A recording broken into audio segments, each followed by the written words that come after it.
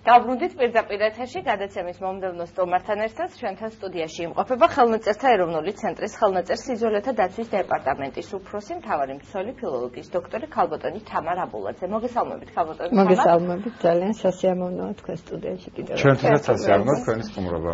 დიდი მადლობა მოგზაურობისთვის. ქალბატონი თამარ, კონფერენციის შესახებ უნდა ვისაუბროთ, რომელიც ძალიან მნიშვნელოვანი სამეცნიერო ღონისძიება, სადაც მოხსენებებით გამოდიან მომხსენებლები და საინტერესო თემებს წარმოადგენენ.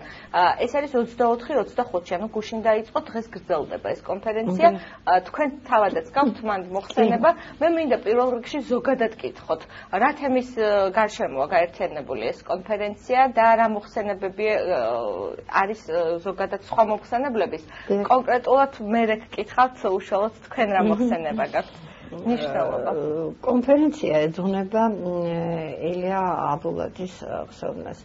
და უკვე მე-6-ით სტარტდება 2011 წელს ჩატარდა ელია აბულაძისადმი მიძღვნილი პირველი კონფერენცია და მას მერე ასე სისტემატურად ნოემბრის ბოლოს 24 ნოემბერს არის მისი დაბადების დღე და ტარდება ეს კონფერენცია. მოგეხსენებათ ელია აბულაძე იყო ხელმძღვანელი სახელმწიფო მუზეუმის ხელნაწერთა განყოფილების და შემდგომში მის ბაზაზე დაარსდა 58 წელს სწორედ ხელნაწერთა ინსტიტუტი კორნელი კეკელიძის სახელობის, დღეს უკვე კორნელი კეკელიძის სახელობის ხელნაწერთა ეროვნული ცენტრი.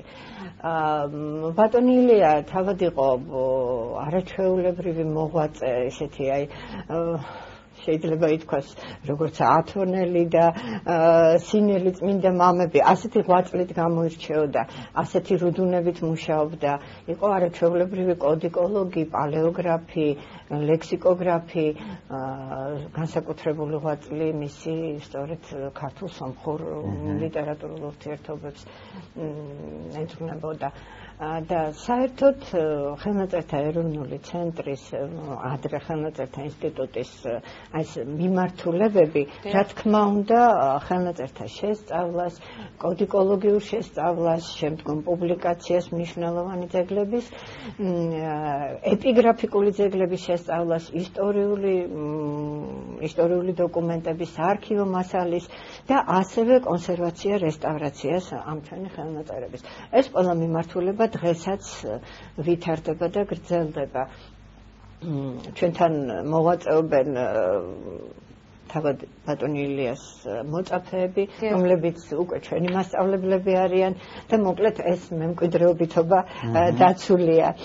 თუ ასეთ დამოკიდებულებაში საქმისადმი და ასევე იმაშიც, რომ ეს მიმართულებები ასე უწყვეტად ვითარდება.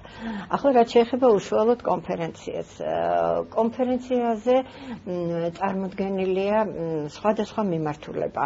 უშუალოდ ხელნაწერების კოდიკოლოგიურ შესწავლას ეძღვნება ერთი მიმართულება და წყაროთმცოდნეობით ანალიზ, ეპიგრაფიკული ძეგლების წარწერების ახლად გამოვლენილი წარწერების შესწავლას, მინიატურებზე არის ერთი მოხსენება ძალიან საინტერესო.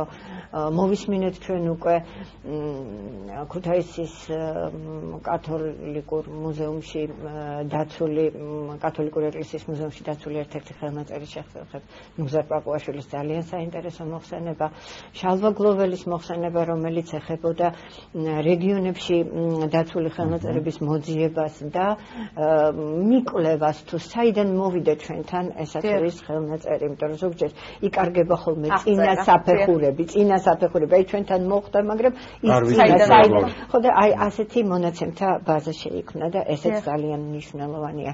როგორც მოგახსენეთ, იყო მოხსენება ერთ-ერთ ახლად აღმოჩენილ ეპიგრაფიკულ წარწერაზე, ეს არის ერკეთის მთავარანგელოზთა სახელობის ტაძარში. ხვალაც გრძელდება მოხსენებები. ხვალაც გრძელდება თუ დღეს ბოლოს? უკაცრავად დღეს, ანუ გუშინ იყო და დღეს და საინტერესოა, რა თქმა უნდა, დღესაც ყველა მოხსენება წარმოდგენილი, აქ არის ეპიგრაფიკაც, ქეთევან წამებულის შესახებ არის მოხსენება, ირანის პოლიტიკის შესახებ, ადმინისტრაციის შესახებ, ადმინისტრაციული მოტყობის შესახებ, რაც ჩვენც უშუალოდ გვეხებოდა იმ პერიოდში სეფიანთა ხანაში და ასე შემდეგ. განსაკუთრებით მინდა აღნიშნო, რომ დღეს არის რამდენიმე მოხსენება, 3 მოხსენება უშუალოდ ეხება ეს მოხსენებები კონსერვაცია, რესტავრაცია ხელნაწერების, ეს არის ყდების რესტავრაცია. რომელიც აქტიურად მიმდინარეობს, ძალიან აქტიურად მიმდინარეობს ფიცრების, თვითონ ყავის ყდების, თუ ფურცლის, თუ საერთოდ დაზიანებების შესწავლა და ეს ძალიან კომპლექსური საქმეა. ძალიან კომპლექსური საქმეა, ძალიან საშუალო და უმთავრესი ფაქტიურად ჩვენი დაწესებულებისთვის, რომ ეს შევინარჩუნოთ და ამდენი საუკუნის განძი შედავიცვათ და შევინახოთ როგორც ამ განძზე კადრება. რა თქმა უნდა, საერთოდ ჩვენ თითქმის ყოველთვის ვცდილობთ ხოლმე რომ ხელნაწერთა ეროვნულ ცენტრში მიმდინარე პროცესებს ჩვენი მხრივ გვერდში დაუდგეთ და გულშემატკივრობთ. მართლაც ეს არის ერთ-ერთი ყველაზე გამორჩეული დაწესებულება ინსტიტუტი საქართველოში, რომელიც მუდმივად რაღაცა პროცესია შრომისა. ცენტრი უბრალოდ მაშინ ინსტიტუტი დაარსდა. იყო ერთადერთი ინსტიტუცია კავშირის მასშტაბით აი ამ ტიპის პირველი.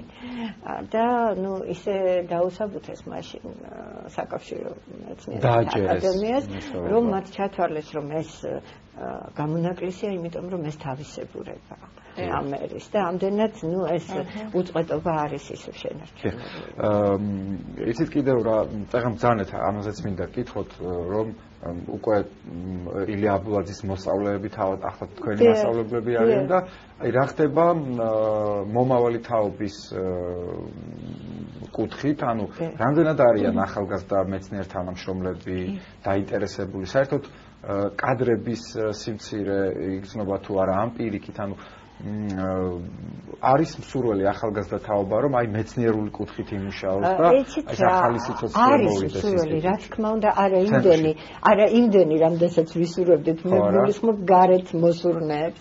თუმცა ვინც ჩვენთან მოვიდნენ ახალგაზრდები ძალიან გულმოდგინედ მუშაობენ. ესენი არიან არმენოლოგები, რომლებთაც ბატონი ზაზა ხელმძღვანელობს, ალექსიძე, უშუალოდ კოდიკოლოგია, ტექსტოლოგიაში მომუშავე ადამიანები, სომხურ წყაროებზე მუშაობენ, ისტორიკოსები. აი მე რაც ჩამოგითვალეთ მოხსენებები, დიდი უმრავლესობა სხვათა შორის ახალგაზრდების მოხსენებები იყო. და ისინი ძალიან კარგად მუშაობენ და მოდომებულები არიან, თუმცა საკეთებელი იმდენია და იმდენი ადამიანია საჭირო, რომ რა თქმა უნდა სასურველი იყვნენ მეტი მოვიდეს და მეტი იყოს ინტერესი. თუმცა ძალიან რთულია. მე სიამაყით ვამბობ ხოლმე, რომ ძალიან მიხარია ჩემი არაერთი მეგობარი მუშაობს და ეს მართლა კითხულობს მოხსენებას.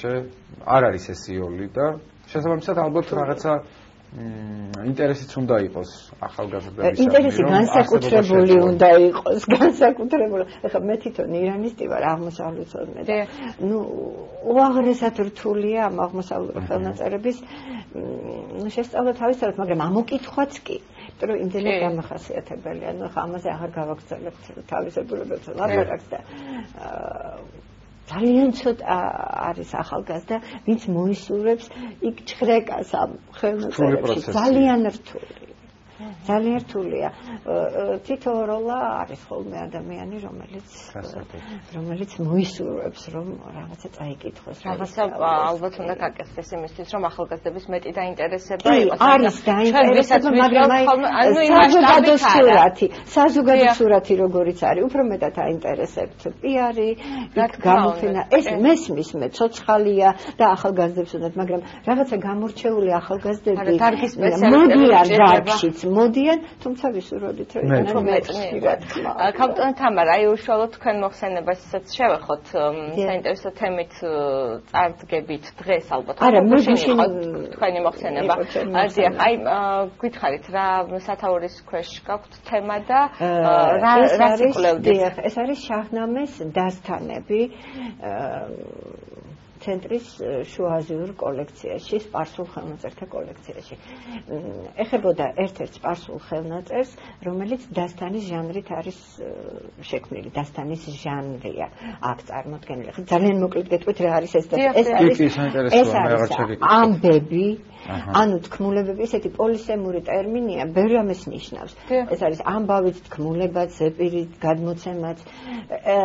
იყვნენ ადამიანები, რომლებიც ამ ამბებს ყვებოდნენ ბაზარში, ჩაიხანაში, შაჰის კარზეც კი მაგალითად ცნობილია, რომ შაჰობას ყავდა ძალიან ცნობილი ყისახანები ერქვათ მათ, ანუ ამბის წამკითხველები, რომელიც სულ შაჰნამეს ამბებს კითხულობდა ხოლმე.